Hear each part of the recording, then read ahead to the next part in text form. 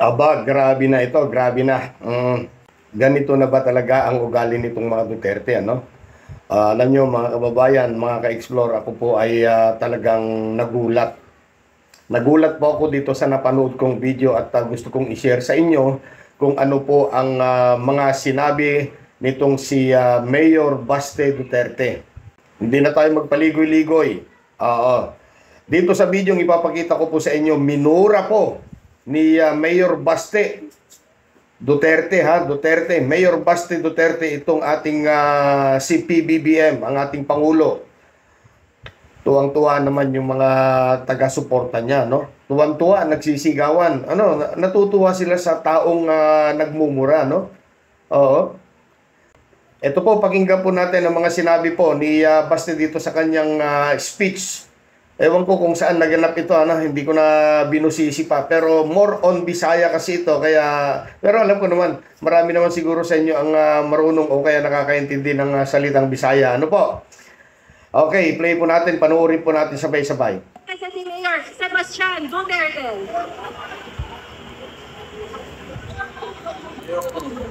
Ito sa inyo tanan. Mga magandang araw din sa mga naka-live, mga taga Sub-Saharan Mindanao.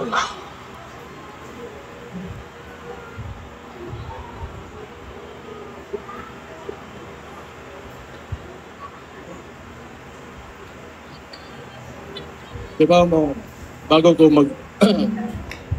magsagulol na nako Tagaw ug Bisaya aron gatong mga makadungog makasabot pa tong mga uban natong naminaw diha nas gawas.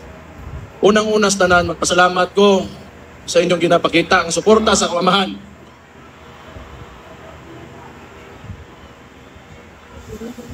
Naglakot lang ko sa inyo ha, kay kada makita na ko ang naong sa kamahan, bit-bit ninyo, kahilakon ko.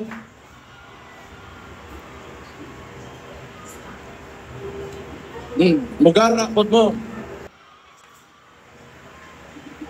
Gusto po ko magpasalamat sa tanang Pilipino sa tibok kalibutan na nagapakita og suporta kay PRRD. Kabaw mo tinuod lang, sukat nga giaresto ako amahan illegally. Wag yung ko kasabot sa kong gibati. It has been a roller coaster of emotions for me tinuod lang. But every time makita na ko suporta ninyo, makusgan yung ko. Salamat kayo.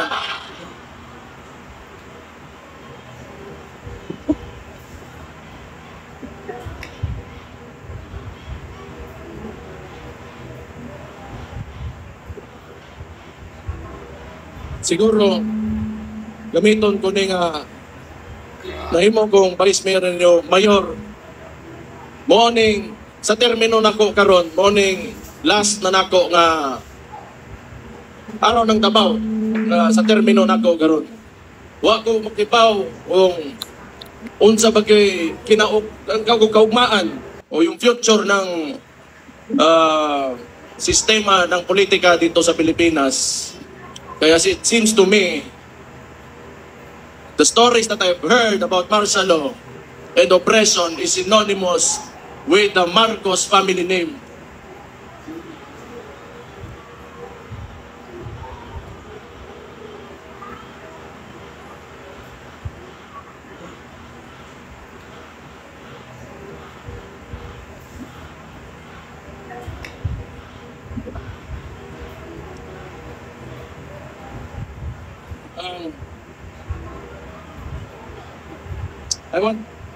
I will take this opportunity to tell Mr. Marcos how I feel about him. Mr. President Marcos, you will never be loved.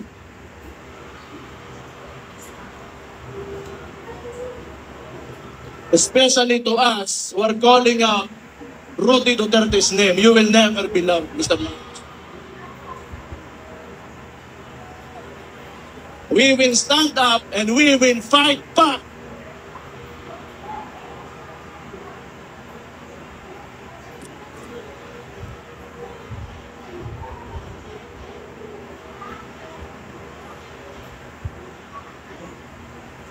Kita mga taga Davao, ingon ani na siya. Labi nanto mga tugay dire o niya kanang nitoo sa plataporma o politika sa kuamahan. Nga nga ilang gikuha ganing administrasyon ni Marcos o si Bongbong Marcos mismo, binigay niya sa ICC. Murag wala lang, ing ato na lang, nga murag walay nahimo ang atong pinalanggang amahan diri sa Tundak Bayan.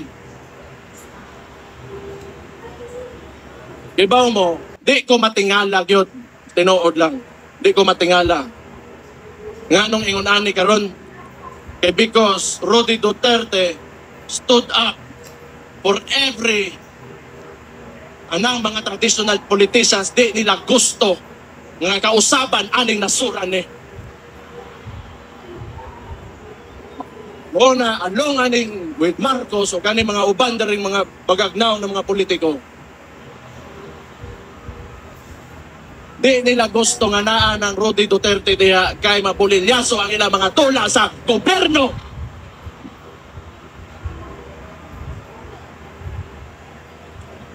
Gusto ko lang niingnon kay Bongbong Marcos.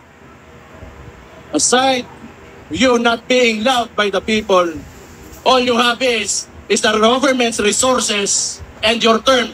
Beyond that, you are nothing.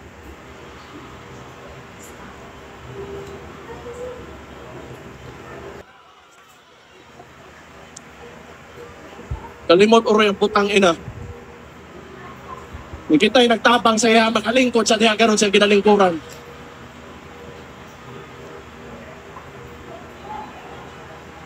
And I truly pray, Mr. Marcos, that you will be able to finish your term. I pray.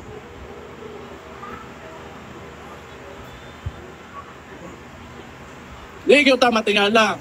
Kaya kung ang sapo para sa ilang para pampadugay sa oras sa trabaho, ang sapo sa tuwa, mutao itong mga pamilya, mga komunidad, o mga inosenteng ginabuhi.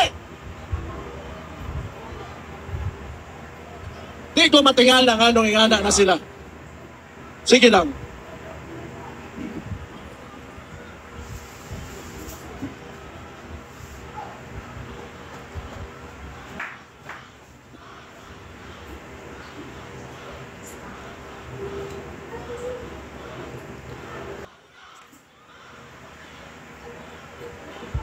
Iba mo, si Rudy Duterte, anong naaresto siya, naasa diya karon sa ICC, kay ning barog siya sa iyang mga tinuuhan sa politika, nga tanaw niya, mo'y makapasaka o makapalambo sa kinabuhi sa mga Pilipino.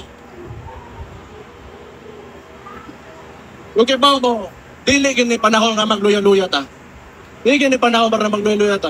Dili nato sayangon ang sakripisyo nga gipakita ni Rudy Duterte.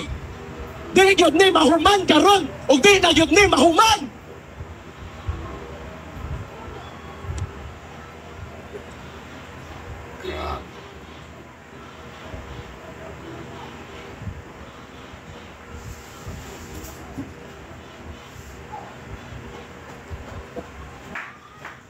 Sige lang.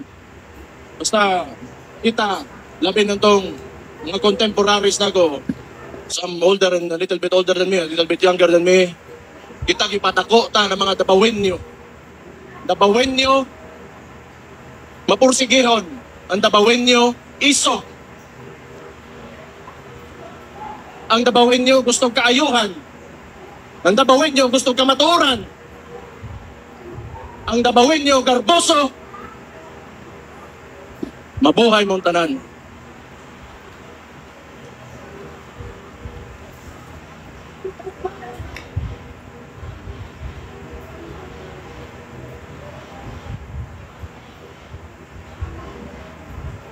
Basta ako, sige lang, paminaw na ako, gidaog-daog yung tagtaman yun karon, kita magtamakan kita. Kaya wala lagi mo, wala na gyud ko po dire, wala na. Di kung dili tungod sa inyo mo nang pasalamat na lang gyud ko. Ako usar ako ka tao, anak ko sa kuamahan. Pero dili ko gaingon ani mga istorya ni wa ko gaingon ani. Itungod anak ko dabawin niyo kun dili kay tungod Pilipino ko nga nituo ko sa ka presidente nga nangandoy nga makahimo sa nasod na kagustuhan o ganang makapahayag sa kaugmaon sa tanang Pilipino. Dili ni tungod kay atuha, dili It's about us, the Filipino people. Kunya, how a government treats his own. Iyang gipapriso. Dili na lang mention kay personal, pero ing na lang po nako, dari Osborne nako, last year, January, giingnan taga Marcos, wag kay utang kabubuton. Ang imong amahan, gipalubong sa akong amahan, pero akong amahan, gipapreso nimo, putang ina ka.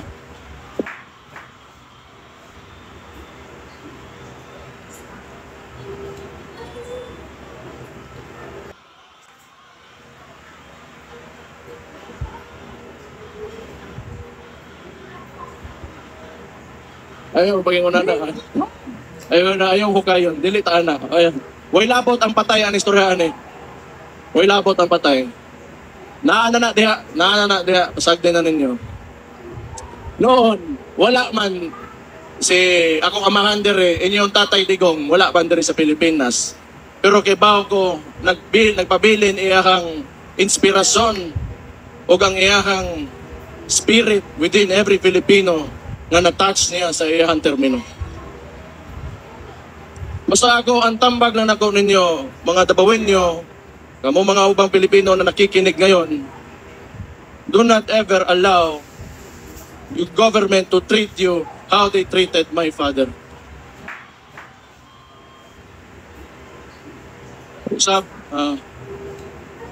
kung ko busy mo ng mga tao, dagan mo lang buhaton, pero makita na ko, in behalf of our family, akong igsoon, ako mga igsoon, tulo na ako ka igsoon, mama, tanan may mga Duterte, na nagsakit karon tungod sa naitabo sa among amahan.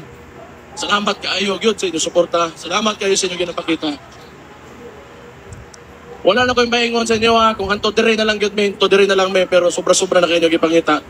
Gipakita sa mo Salamat kayo. Pero samtang niya pata dire, di gyud ta maundang o di gyud ta mapilde, basta nagkahiusa lang ta mga Dabawenyo. Mabuhay ang Davao City!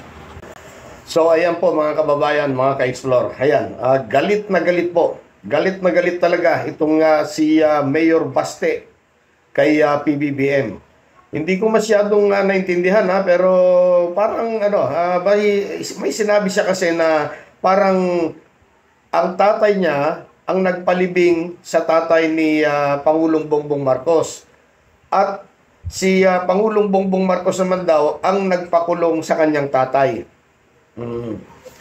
Sa totoo lang mga kababayan, mga ka-explore, matindi po ito. At lalo pang titindi ito. Matindi po ito. Sa tingin ko po, hindi na po ito away politika. Nagiging personalan na po ito. Duterte, Marcos. Ayan na po.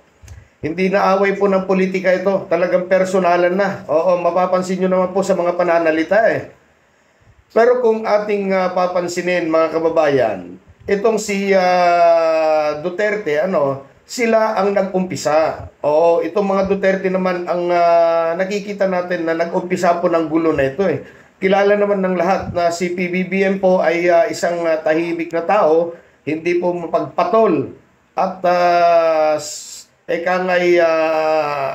sagad sa trabaho. Workaholic kung tawagin po natin si PBBM.